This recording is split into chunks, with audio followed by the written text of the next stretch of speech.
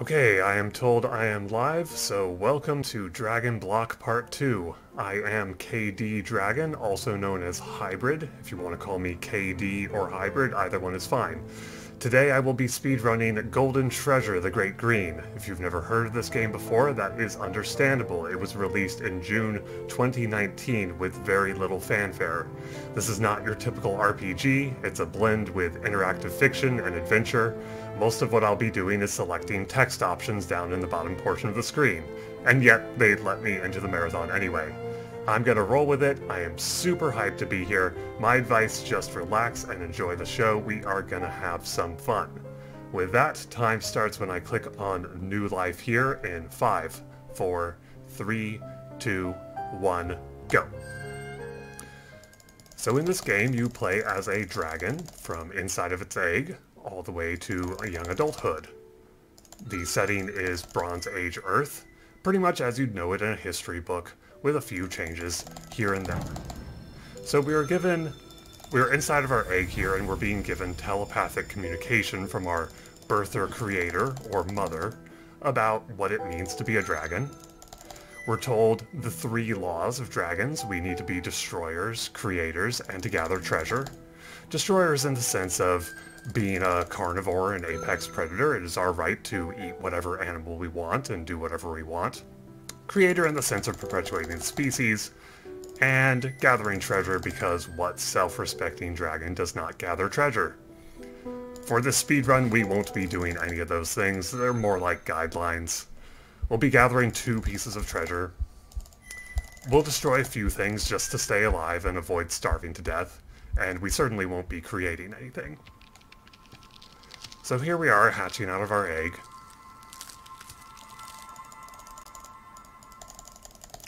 It's going to be our first moments of life. Everything's going to be a little blurry, a little confused.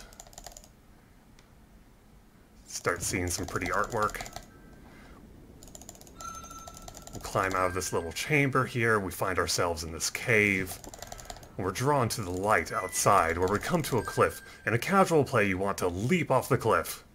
We're not going to do that. It's too slow. We are speedrunners. We come down here to this bird who's being a jerk, because every RPG needs its own jerk bird. So we trick the jerk bird into telling us a little secret about a treasure, a special treasure that's in the next area here.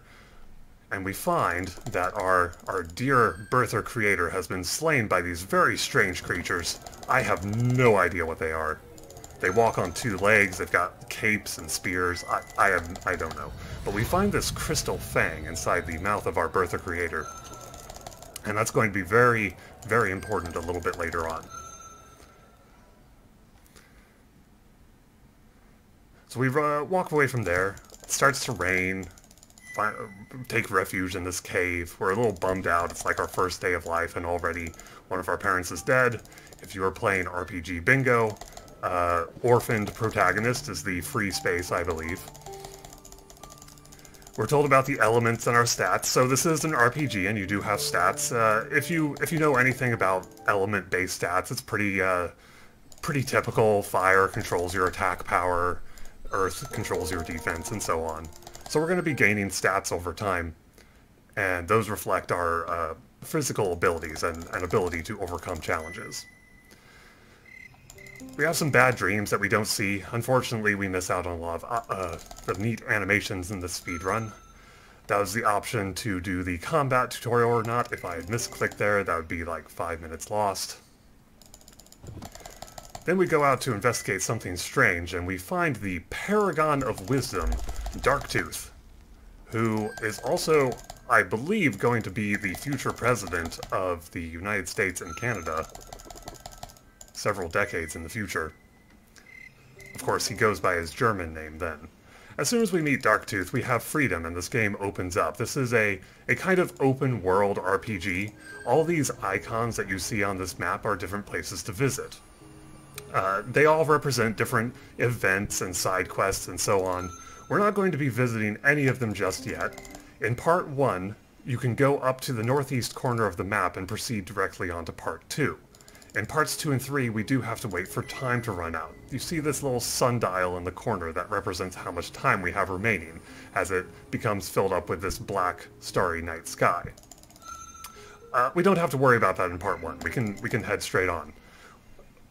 Another limiting factor is our energy, which you can see in the bottom portion of the screen when this text menu opens up. There's a sort of chain or double helix that represents how much energy we have left. If that runs out, we starve to death and die.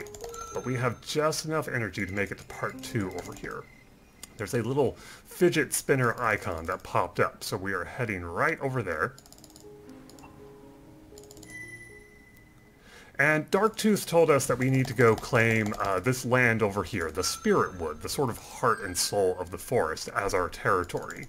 But somebody has beaten us to it. There is another Drac here called Twist, who wants to challenge us to a riddle contest. So let's see here.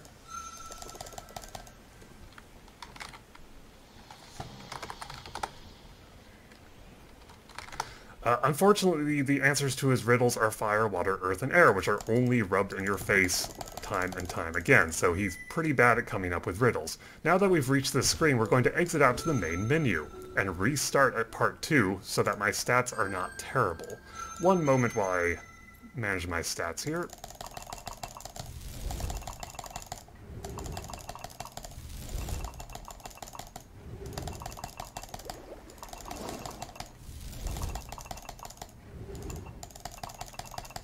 So I need 42 fire, 40 air, and then the rest into water in order to survive the upcoming challenges. So now we're in part 2 already, and we have grown into an adolescent dragon. And we have claimed the Spirit Wood as our territory. So now we've got to go forth and explore the world. First of all, we're going to use this Crystal Fang now that we grabbed a little bit earlier. This Crystal Fang is a memory crystal that holds the memories of our dearly departed Bertha creator. And we can use it to inherit some ancestral memories, but more importantly, give us 8 to each stat, which is a pretty large number in this portion of the game. Your stats are measured on a scale from 0 to 100. Now we are going to go out to the map and start uncovering some of this fog up here. But first of all, our energy is extremely low. We are really close to starving to death. So we need something to eat quite urgently. Now normally you want to go to hunting grounds to get something to eat. You have to slowly crawl up to animals and stalk them and chase them and fight them. We don't have time for that, so we're not going to be doing any of that. Instead, there are some events where you can get some very easy food, for instance this one, where a goat has been trapped under a rock, so we free the goat and immediately eat it because dragon. So our energy is in good shape now, and we can keep uncovering some of the map. However, after we do this, we are going to get a mandatory event where some bats have invaded our cave. And we can't have that. We can't have a bat cave. That wouldn't make any sense. So here's our bat friends. And what are we going to do about it? We're going to eat them, because dragon. I don't know what they were expecting. Invading a dragon's cave, it seems like a remarkably poor idea. Next we're going to go up to the northwestern corner of the map, and it won't be this one, but the next one that I uncover will uncover a shooting star event where a shooting star lands in our territory. Now, because it does land in our territory, it does belong to us. However, the great Drac Elder Fathom swoops in and says, I'm going to take this shooting star. What are you going to do about it? And he's so big and strong we can't really do anything, but we say, hey look, I know you're strong, and you can do whatever you want, that's fine. But how about a riddle contest? And he says, okay, if you beat me in a riddle contest, I'll do something nice for you. So here's the shooting star event. Fathom is going to come in, and the answers to his riddles are leaf, web, snow.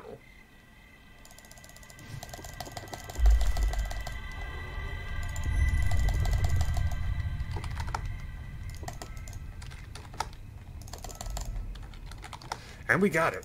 So So for winning his riddle contest, he gives us the Living Labyrinth, which is an item that is absolutely critical to our speedrun. If we did not have the Living Labyrinth, I have no idea how long this speedrun would take. It would add at least 15 minutes, I would think.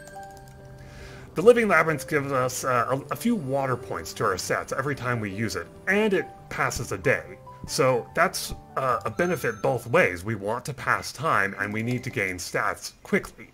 We're not going to use it quite yet. We're actually going to proceed on to another event, where there's a large tree, and some squirrels and woodpeckers are fighting over this tree.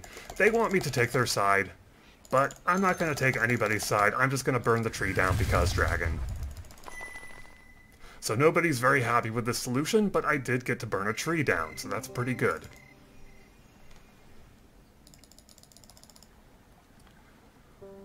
Going to uncover this over here, but next my energy is a little bit low. I need to top it off.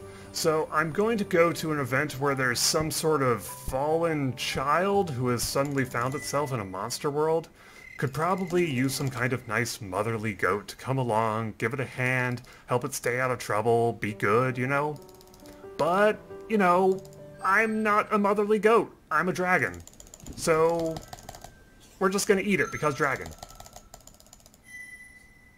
So that's one problem solved. Just imagine how bad that could have turned out. You never really know. So now that our energy is in good shape, we can use the Living Labyrinth for a little bit of stat grinding. We're going to use the Living Labyrinth 9 times in a row.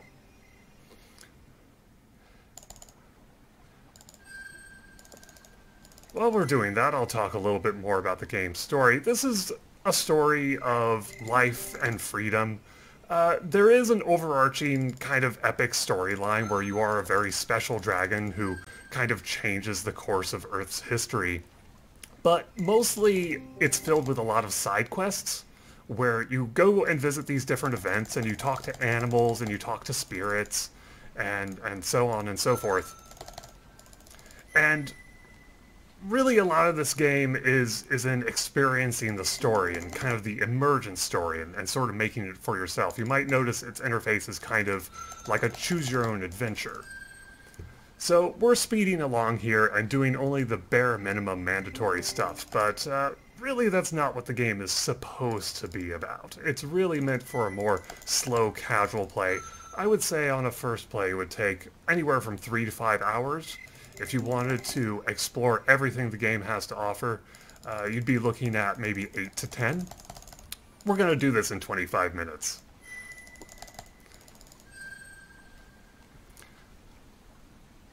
But the basic premise is that we are essentially a wild animal, a top-level carnivore. And as a top-level carnivore, you need to hold and maintain your territory from invaders. So in a little bit here, we are going to get attacked by some other dragon territorial invaders and have to fight them off.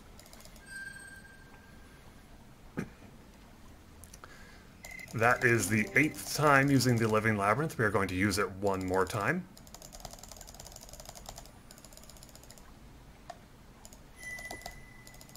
Okay, and the next event we are going to go to is a wolf den, where there's a guardian standing in front of a den. We're going to sneak attack the guardian and instantly kill him, and break into the den where we find some just absolutely adorable wolf pups. So the guardian's dead, here's the wolf pups, and we're going to eat them because dragon. Next we're going to be met by a rat called Never Ever, who is the envoy of the mighty Drak Elder, many times burned, who is very pleased with the way that we've been going around burning down trees and eating random innocent animals. He really likes that a lot, so he gives us a little token of his approval that boosts our air and fire stat.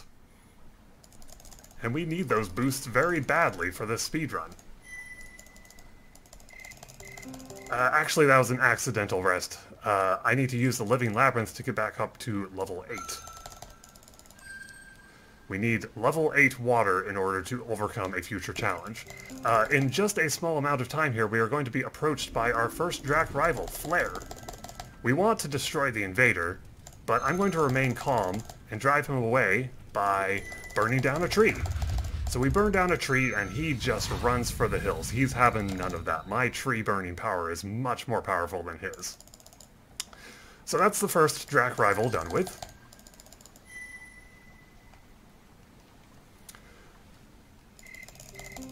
Something important for the speedrun as far as our stats go. We need our stats to be high enough to easily drive off these invaders.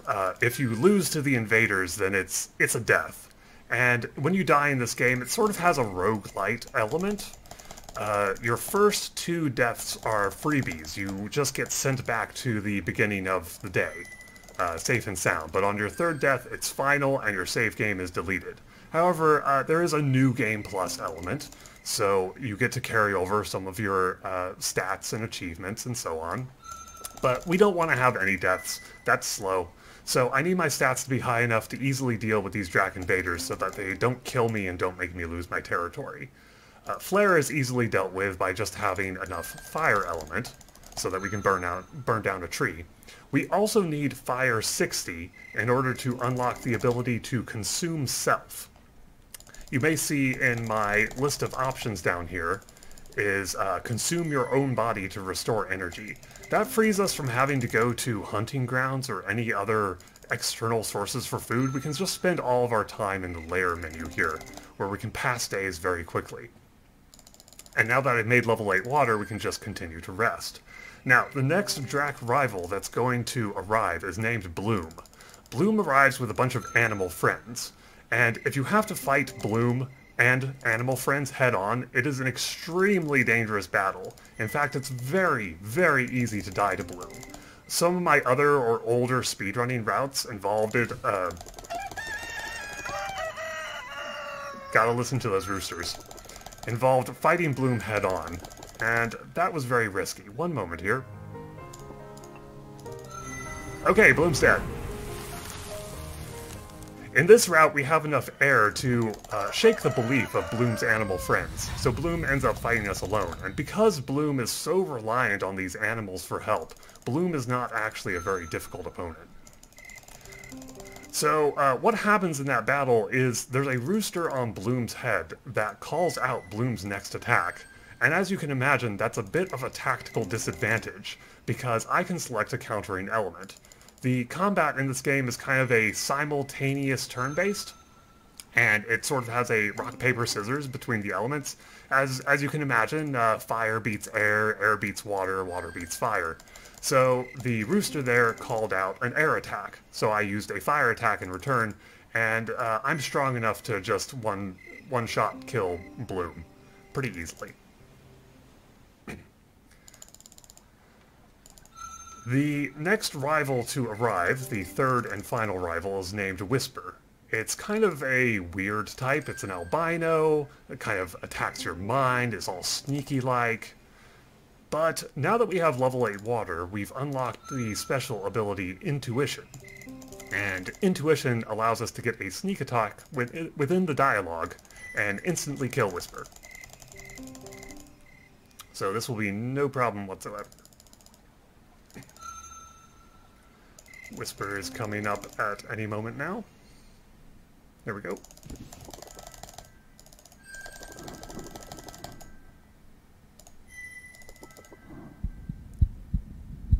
That is a good sneak attack, and Whisper is done. So Whisper runs on out of here. And with all 3 Drac rivals defeated, we only need to wait for part 2 to conclude. Now, as we move into part 3, we have to decide which of the endings we're going to do. There are 3 endings to this game. There's actually 4, but 3 main ones. The 4th one is kind of a secret 100% ending. And you can follow Survival, Wisdom, or Compassion. We are going for the Compassion ending today because it is the fastest by approximately 15 seconds. Survival is 15 seconds slower, and Wisdom is around 10 minutes slower. I think I can probably refine the Wisdom speedrun a little bit more by a few minutes, but it's pretty painful. I am also going to go back to the main menu and restart at part 3 here. One moment while I handle these stats again.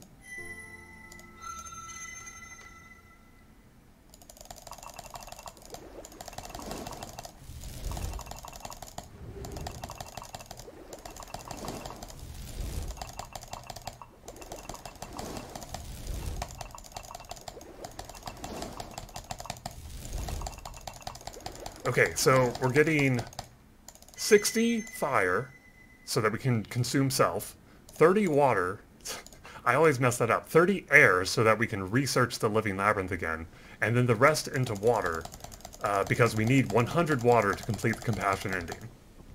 There's also a bug with the compassion ending. So what's going on here is we're an adult now, we're able to fly, we're going to our first flight, everything's good, and then Darktooth comes over and he says, these strange bipeds are becoming a little bit of a problem, so we're all going to meet in about 20 days and decide once and for all what to do with them. We're going to hold a grand moot that involves all adults of dragonkind, so you have to come join.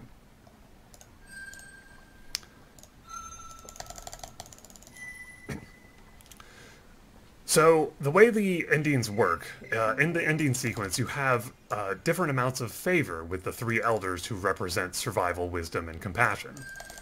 And when you restart in part 3, your favor is 0, as you would well imagine. Well, you're able to delay the moot by 3 days, which offends the elders a little bit and gives you a -2 penalty to their favor. And that doesn't matter so much for Darktooth's wisdom or Many Times Burned's survival, but Allmother works differently, and here's Allmother. Allmother works a little bit differently. If your favor with her is 0, then, and you try to take the compassion ending, she says, no, sorry, I don't think you're compassionate enough to do this. But if it's -2, then the game is programmed to interpret that as a middle amount of favor. In which case she says, yeah, sure, you can follow the compassion path, why not? So it's pretty good for us. And then once you follow the path of compassion, you either need to have enough compassion points, enough knowledge of these strange bipeds, or 100 water points. So we need to take the 100 water points path. We're not even going to visit the map in part 3, but there is again a lot to do. You can explore the strange bipeds buildings and whatnot and see what they're up to. And Many Times Burned and Allmother also have special trials for you. Many Times Burned wants you to do a bunch of difficult combats, and Allmother wants you to live life as an ant. It's a very unique and interesting little sequence, where you go from being a dragon to an ant. That is level 10 water. Should be anyway. That is 10 water, right. Okay, so now we're going to rest our way to the moot, and then delay it 3 days to get to -2 favor, and then we are done. We are just probably about less than 5 minutes out, I would expect, from completion.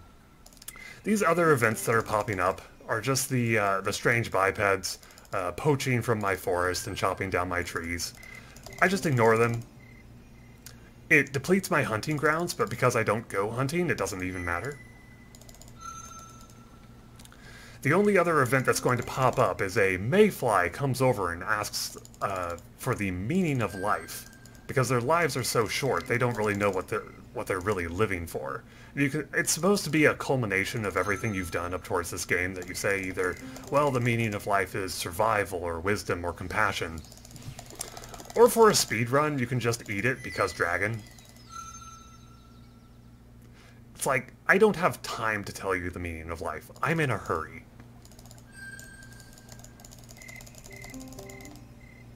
So that is one of the final events.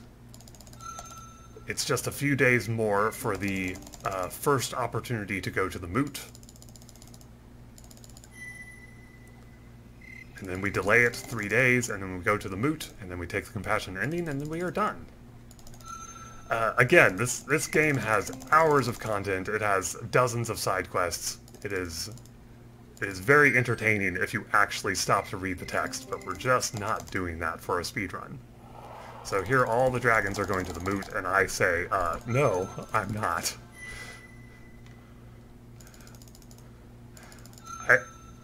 I just wonder what they're thinking. Like, all the dragons have gathered, and they're waiting on me as I make all of them wait an extra 3 days. But they only get slightly annoyed, is what the text says. Okay, so we are about 1 minute out from time. So be a little bit ready on the time here. So the 3 elders over here kind of state their case for why you should listen to them. But I already know I'm going to do compassion.